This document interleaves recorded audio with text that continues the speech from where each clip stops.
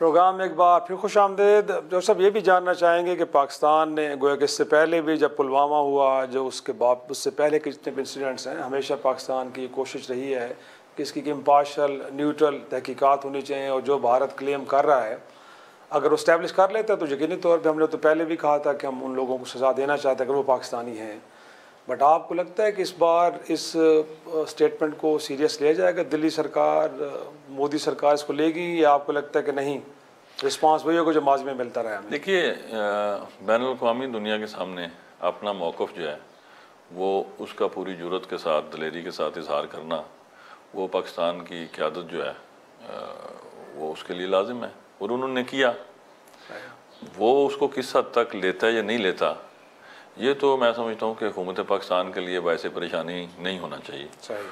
Offer دے دی گئی، اگر یہ فالس فلیگ آپریشن ان کے بقول نہیں ہے تو انہیں دلیری سے یہ آفر قبول کرنی چاہیے اور ثبوت سامنے لانے چاہیے، اور جوائنٹ انویسٹیگیشن کے اوپر بھی انہیں کوئی اعتراض نہیں ہونا چاہیے۔ لیکن اگر ان کی 9 لاکھ افواج اور ان کی ساری انٹیلیجنس ایجنسیز مل کے تو وہ 3 پاکستانی جو ان کے تخیل کی پیداوار ہیں وہ ان کو نہیں مل سکے، گھر وہ اپنے کشمیری جو ہیں، مقبوضہ کشمیر کے جو شہری ہیں ان کے گرا رہے ہیں، تو پھر یہ کنفیوژن جو ہے، یہ جو ان کا جو ڈرامہ کا سین ہے، یہ فلاپ سین جو ہے اب یہ پوری دنیا دیکھ پا رہی ہے۔ اور میں سمجھتا ہوں کہ ایسے موقع پہ پرائم منسٹر پاکستان کی طرف سے یہ ایک بڑا برمیل قسم کی بروقت آفر ہے کہ اگر آپ کو کوئی شک ہے تو آئیے، میدان میں آئیے۔ تو اس کے لیے لیکن یقینی طور پہ جو سوالات آپ بھی اٹھا رہے ہیں کہ ایک شخص اگر وہ ان کے خیال میں پاکستانی تھے تو 200 کلومیٹر کا فاصلہ، کنٹرول لائن سے جانا، اسلحہ ساتھ لے کے جانا، خود کشمیر، مقبوضہ کشمیر کے عوام یہ سوال اٹھا رہے ہیں، سابق وہاں کا کٹ پتلی وزیر اعلیٰ فاروق عبداللہ یہ سوال اٹھا رہا ہے، عام آدمی پارٹی وہاں بیٹھ کے دلی میں یہ بات کر رہی ہے کہ وہاں پہ تو آپ نے اتنی بڑی فورسز لگا کے رکھی ہیں، وہاں پہ ایجنسیز وہاں پہ آپ کی را اور پتہ نہیں کون کون سی ہیں، تو یقینی طور پہ آپ کو لگتا نہیں کہ پاکستان کے اگر اس آفر کا جواب نفی میں آتا ہے تو پھر دنیا بھی سوچنے میں مجبور ہو جائے گی کہ بھارت جو کہہ رہا ہے وہ ہرگز سچ نہیں ہے؟ دیکھیے شاہ صاحب، جو ہے نا دنیا کی بات وہ تھوڑی سی پیچیدہ ہے۔ اچھا، یہ جو اس وقت غزہ کی صورتحال ہے اس میں دنیا کا جو رسپانس ہے وہ ساری دنیا نے دیکھا، باشمول میرے اور آپ کے۔ جی، بڑا مایوس کن ہے۔ تو انٹرنیشنل نارمز کے ساتھ ہی آپ نے دنیا میں رہنا بھی ہے، جو آپ کی آفر ہے اور جو آپ کے ڈپلومیٹک نارمز ہیں اور دنیا میں جو آپ کو اپنا موقف پیش کرنا ہے تو وہ تو لازم ہے۔ لیکن جو گراؤنڈ ریالٹیز ہیں، جو بطور کشمیری میں دیکھ پا رہا ہوں کہ یہ جو بھارت کی جہریت ہے، جو اس کے دہشت گردی ہے، جو اس کے توسیع پسندانہ عزائم ہیں، جو ابھی حالیہ دنوں میں انہوں نے وقف املاک کا بل پاس کیا ہے، جو مودی کا اینٹی مسلم نیریٹو ہے، یہ آپ نے بھی دیکھا کہ یہ گزشتہ انتخابات میں پٹ چکا ہے۔ اب بی جے پی کی ڈکلائن شروع ہے اس وقت بھارت میں۔ بھارت کے اندر آزادی کی جو طریقے ہیں، منی پور سے لے کر، ناگالینڈ سے لے کر، اسام سے لے کر خالستان کا جو ابھی وقتی طور پر انہوں نے اس کو طاقت کے زور سے دبایا ہوا ہے، تو یہ مسلسل ایک آگ سلگ رہی ہے اور اس کو آپ نے جبر سے دبایا ہوا ہے۔ کب تک؟ آپ نے دیکھا کہ 300 پار جو مودی کا نعرہ تھا نشستوں کا، وہ کدھر گیا؟ ہوا ہو گیا۔ 400 پار بھی یا 300 پار جو بھی تھا۔ تو اب جو اندرونی دباؤ ہے اس کو جب وہ اپنے جو آزاد معیشت کے جو دعوے ہیں ان کے ذریعے بھی وہ ایڈریس نہیں کر پا رہے، جو بین الاقوامی سطح پر وہ اپنا تجارتی حجم دکھا کے اپنے شہریوں کو وہ اعلیٰ معیاری زندگی کے خواب دکھاتے تھے، وہاں غربت انتہا کی بڑھ چکی ہے۔ منورٹیز جو ہیں ان کے بنیادی انسانی حقوق، پچھلے دنوں جو بین الاقوامی میڈیا نے ایک دلت جو بچی تھی 11 سال کی، اس کو جو اس کے ساتھ جو حشر کیا گیا اور اس کو گینگ ریپ کا شکار بنا کے پھر اس کو زندہ جلا دیا گیا، تو یہ جو سارے جو سیاہ دھبے ہیں ان سے مودی کا پورا چہرہ بھر چکا ہے۔ اب وہ اپنے اندرونی حالات کو درست کرنے کا تو اہل ہے نہیں ہے، وہ ساری کی ساری توجہ جو ہے وہ اینٹی پاکستان نیریٹو اور کشمیر میں ظلم اور جبر اور بربریت اور اس آزادی کی تحریک کو دہشت گردی کے ساتھ جوڑ کے جو اپنی گورننس کے گیپس ہیں ان کو فل ان کرنا چاہتا ہے. انشاءاللہ ایسا ہوگا نہیں. لیکن ہم نے دیکھا تو ہے جو صاحب کہ ماضی میں بھی پلوامہ کا معاملہ ہر بار کس طرح کا ایک فالس فلیگ آپریشن کر کے اینٹائی پاکستان سینٹیمنٹس کریٹ کرنا اور کہیں نہ کہیں اس کو سیاسی فائدہ تو حاصل. تو یہ بھارت کے عوام بھی تھوڑا سا اس معاملے پہ غور ان کو بھی کرنا چاہیے اپنے خیال میں کہ ہر بار اینٹائی پاکستان نیریٹو وہاں پہ بھیج کے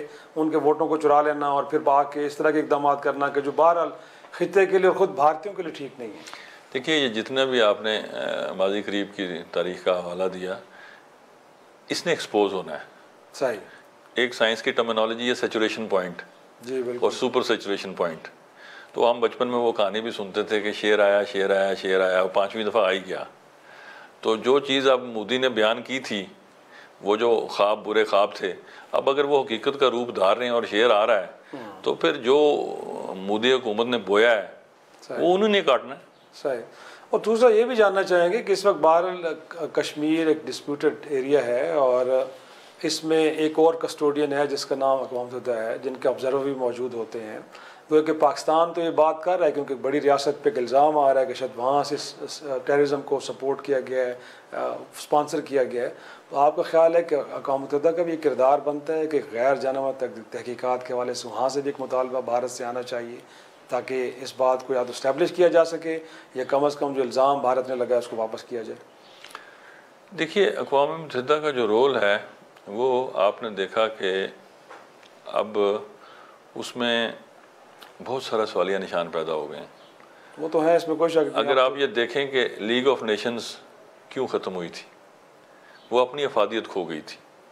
بالکل ایک ناکارہ سے ادارہ بن کے رہ گیا تھا. بالکل. اب اگر اقوام متحدہ کی آپ بات کریں تو جو ان کے ایڈ پروگرامز ہیں ان کی تو کوئی افادیت آج بھی مجھے موجود نظر آتی ہے. لیکن اگر مسلم امہ کے حوالے سے اقوام متحدہ کا کوئی کردار دیکھیں تو مجھے تو گزشتہ ربع صدی میں کوئی ایک بھی مسلم امہ کا مسئلہ جو ہے اقوام متحدہ کی کسی کاوش کے نتیجے میں حل ہوتا نظر نہیں آیا. تو میں تو اس حوالے سے ذاتی طور پر قطعاً کوئی خوش فہم آدمی نہیں اور مجھے تو کوئی اچھی امید نہیں ہے. تو آپ بطور وزیر اعظم کشمیر مایوس ہیں UN سے کہ آپ کو کوئی امید نہیں ہے کہ وہاں سے کوئی ایک انیشیٹو لیا جائے گا؟ دیکھیے مجھے تو بطور مسلمان ایک بات کی سمجھ ہے کہ مجھے جو اللہ تعالیٰ نے فطری طور پر حق زندگی دیا ہے اس کے دفاع کے لیے ایک رہنما کتاب بھی فراہم کر دی ہے. صحیح. اور میری رہنمائی جو ہے وہ بہت کافی ہے اس کے لیے. صحیح. میں چونکہ براس متاثرہ فریق ہوں تو مجھ پر تو دنیا کی کوئی قانون بین الاقوامی قانون اقوام متحدہ کا کوئی چارٹر مجھے اس بات سے نہیں روکتا کہ اگر میری ماؤں بہنوں بیٹیوں کے ساتھ ریاستی دہشت گردی کی جائے گی تو میں اپنی حربی قوت کے ذریعے اس کا جواب نہ دوں. پاکستان کی بات ذرا ڈیفرنٹ ہے. پاکستان کے ساتھ جو ہمارا مطالبہ ہے جس پر 100% پاکستان کشمیریوں کے ساتھ کھڑا ہے وہ ہے سیاسی اخلاقی اور سفارتی حمایت کا. تو اس حد تک اگر پاکستان کی 24 کروڑ عوام جو ہے وہ اس تحریک کی پشت پر نہ ہوں تو پھر جو یہ بربریت ہے یہ دگنی ہو سکتی ہے. اور الحمدللہ جو پاکستان کی مسلح افواج ہیں جو ان کی قیادت ہے جو پاکستان کی سیاسی قیادت ہے ان کا جو کشمیر کے ساتھ جو ایک غیر متزلزل رشتہ ہے وہ جرأت اور قوت فراہم کرتا ہے وزیر اعظم آزاد کشمیر کو, آزاد کشمیر قانون ساز اسمبلی کو, آزاد کشمیر کے شہریوں کو کہ وہ اپنے بیانیے کی طاقت سے اور اگر بھارت وار کرنے میں پہل کرتا ہے تو پھر اس کا جواب دینے کے لیے پوری قوت سے ہم رسپانس کریں. بالکل درست. اور اس وقت امریکہ کے بیان کو آپ کیسے دیکھتے ہیں؟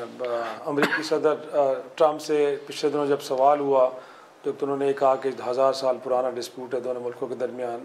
اسٹیٹمنٹ کو تو الگ سے ڈیبیٹ کیا جا رہا ہے بٹ انہوں نے اس بات کو تسلیم کیا کہ کشمیر ایک ڈسپیوٹ ہے اور ساتھ میں جو بھارت کی جانب سے براہ راست پاکستان پہ الزام لگایا گیا اس کو شاید کو ویلکم نہیں کیا گیا. وہ کہ کہا نہیں گیا, یہ ضرور کہا گیا کہ جو کچھ وہاں پہ ہوا ہے امریکہ بھارت کے ساتھ کھڑا ہے لیکن اس بات کو تسلیم نہیں کیا گیا کہ شاید پاکستان سے ہوا ہے. تو آپ بطور وزیر اعظم کشمیر اس کو اپریشیٹ کرتے ہیں کہ کہیں نہ کہیں آپ کو لگتا ہے کہ عالمی طاقت چیزوں کو ذرا حقیقت کے پیراے میں دیکھ رہی ہے؟ دیکھیے جو امریکن اسٹیبلشمنٹ ہے وہ چیزوں کو بہت ہی منطقی انداز سے دیکھتی ہے. صحیح. ان کے جو فارن آفس کے اسپوکس مین ہیں وہ بھی بڑا ٹو دا پوائنٹ بات کرتے ہیں, اور وہ یہ دیکھ رہے ہیں کہ جس لیول کی ایسکلیشن ہے ابھی اس پر جتنا رسپانس بنتا ہے اتنا کرنے کی ضرورت ہے. جب بڑھے گا تو پھر وہ رسپانس آپ کو چینج ہوتا نظر آئے گا. تو ابھی جو امریکن پریزیڈنٹ ہیں ان کے لیے جو اس وقت سب سے بڑا ایشو ہے وہ امریکن انٹرنل پالیٹکس ہے, اور پھر اس کے بعد پیلسٹائن اور اسرائیل ہے. صحیح. چونکہ امریکن اکانومی جو ہے اس کو اسرائیلیز جو ہیں وہ ڈومینیٹ کرتے ہیں, تو وہاں کے جو پریشر گروپس ہیں لامالا وہ اس حد تک تو انفلوئنس کرتے ہیں امریکن پالیٹکس کو کہ وہ جو بیانیہ ہے, چونکہ آپ نے یہ دیکھا کہ انٹرنیشنل میڈیا نے بھی یہ رپورٹ کیا کہ جو ملٹری آبزرورز ہیں اسرائیل کے وہ بھارت نے مقبوضہ کشمیر میں بھی بلا کے ان سے وہاں جو ہے وہ کوئی مشترکہ ان کا وہاں جو اسٹریٹجی بنائی, جو دفاعی ڈاکٹرائن جو یہ کشمیریوں کے خلاف بنانا چاہ رہے تھے اس میں ان کی انوالومنٹ کی خبریں بھی دنیا نے سنی ہیں.